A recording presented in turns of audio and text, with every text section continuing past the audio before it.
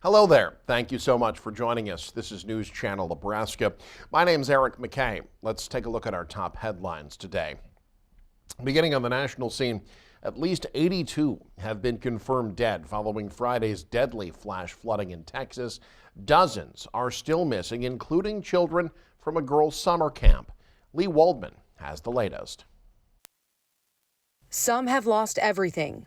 I've lost near friends, best friends, my boss, my godchildren, my house, my car.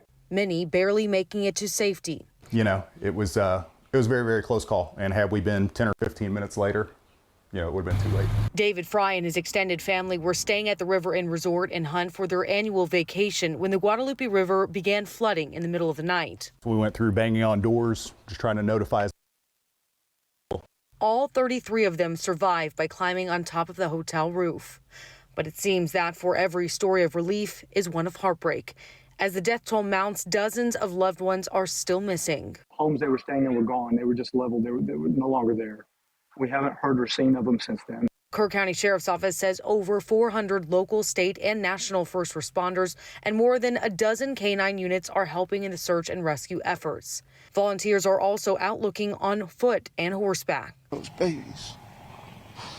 If it was my babies, I'd want somebody looking, so that's why I'm here. I couldn't sit back. Texas Governor Greg Abbott has warned that the weather threat isn't over yet. There's more heavy rainfall that's expected that will lead to potential flash flooding broadly in these regions. In Hunt, Texas, I'm Lee Waldman. Closer to home, severe storms swept through the southern panhandle on Sunday, producing damaging winds, large hail, and multiple reports of landspouts. This video shows a landspout forming Sunday evening. Emergency managers says this brief twister touched down about 11 miles northeast of Potter Sunday evening. Morrill County bore the brunt of the hail. Golf ball-sized hail was reported near Broadwater, quarter-size hail, accompanied by wind damage southeast of the community. A trained storm spotter, meanwhile, documented a 6-inch diameter tree knocked over by the storm. Hail continued across the region, including half-dollar-size hail north of Baird, additional quarter-size hail near Lisco and southwest of Alliance. All this as forecasters are telling Nebraskans to prepare for another round of widespread severe storms, expected to move into the state by mid-afternoon and lift just after midnight. An arterial road near Norfolk was closed due to a train derailment. It happened on Saturday. Happened just east of the Norfolk Iron and Metal Plant. That's on Norfolk's north side. The train was operating on the Nebraska Central Railroad Company line. It wasn't intended for Norfolk Iron and Metal. The derailment happened directly on top of a railroad crossing, shut down Victory Road for most of Saturday. Officials at the site said there were no injuries. The railroad summoned crews from Grand Island to come and fix the situation. As of Sunday afternoon, the train cars were off the road, but some were still sitting on the tracks nearby. Israeli Prime Minister Benjamin Netanyahu scheduled to have dinner at the White House with President Donald Trump. And analysts say a Gaza ceasefire deal might be closer now than it's been in months. Amy Kiley has the latest on the ceasefire efforts. I think we're close to a deal on Gaza. We could have it this week. President Donald Trump is hosting Israeli Prime Minister Benjamin Netanyahu at the White House today as a Gaza ceasefire appears within reach. Delegations from Hamas and Israel are meeting in Doha for proximity talks. Those are one of the final stages in negotiations for an agreement. Both sides say they're open to a framework for a 60-day ceasefire. Netanyahu is under growing pressure to end the fighting. The hostages need to get out by any means necessary right now.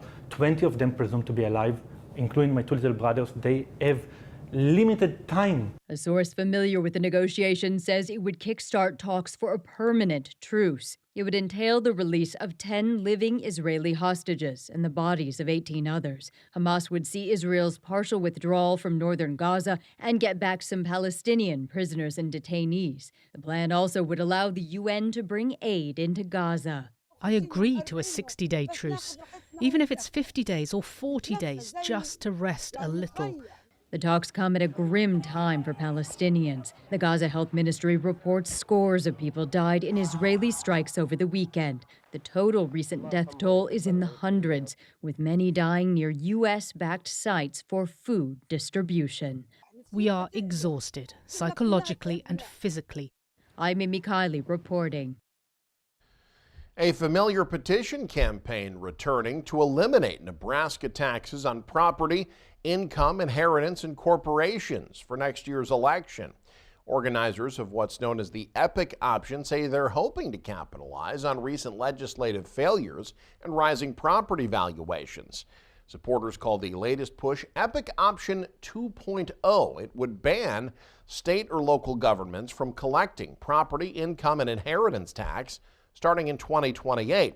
Now, rather than proposing a broad consumption tax as replacement revenue like they did before, this time the legislature would need to come up with a fix on its own to balance the books. The group fell short of securing the necessary signatures to reach the ballot last year. A new state law has taken effect that authorizes emergency medical service crews to provide care or transportation to Nebraska canines if they're injured in the line of duty.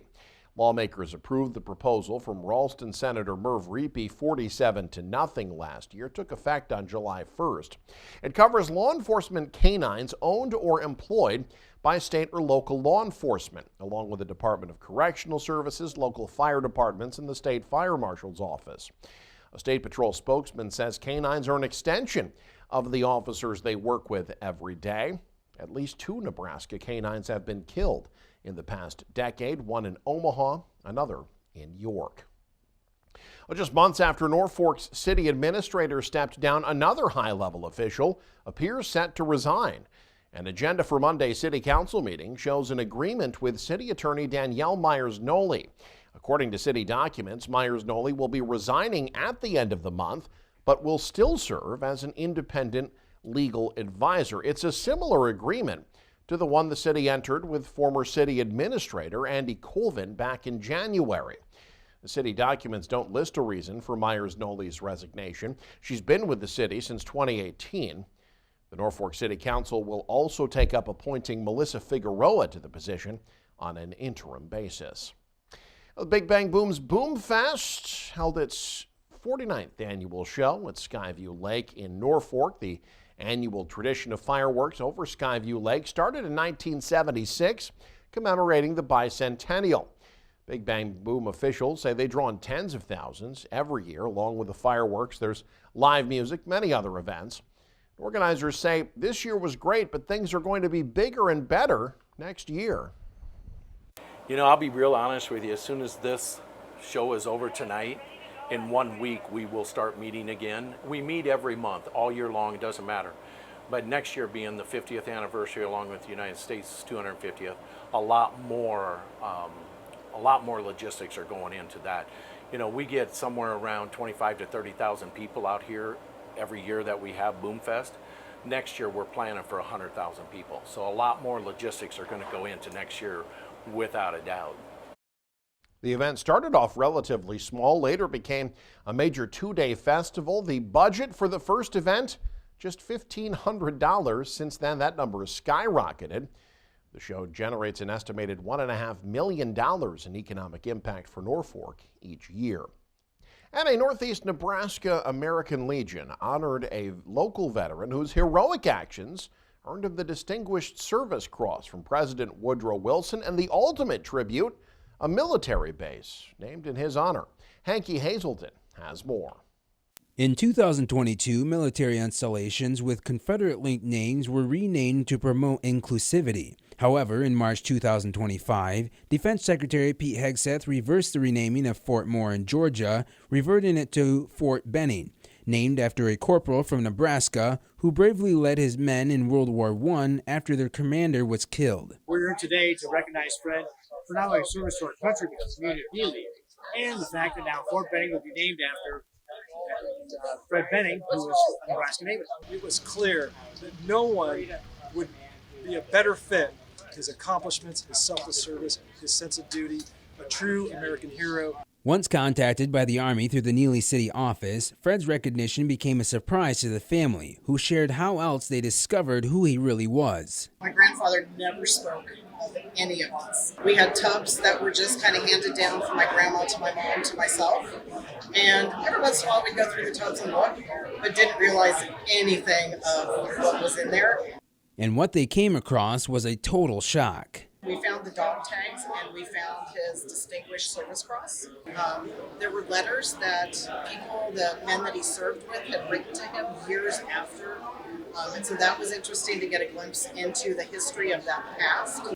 As Benning's legacy continues, Governor Pillen emphasizes what his life has brought to keep us thinking, what can we keep doing in order to inspire others? How can I be like Fred? How can I have the courage to come down the street to stand up and protect somebody that I believe is being treated unfairly? How can I make a difference in my family to a greater degree?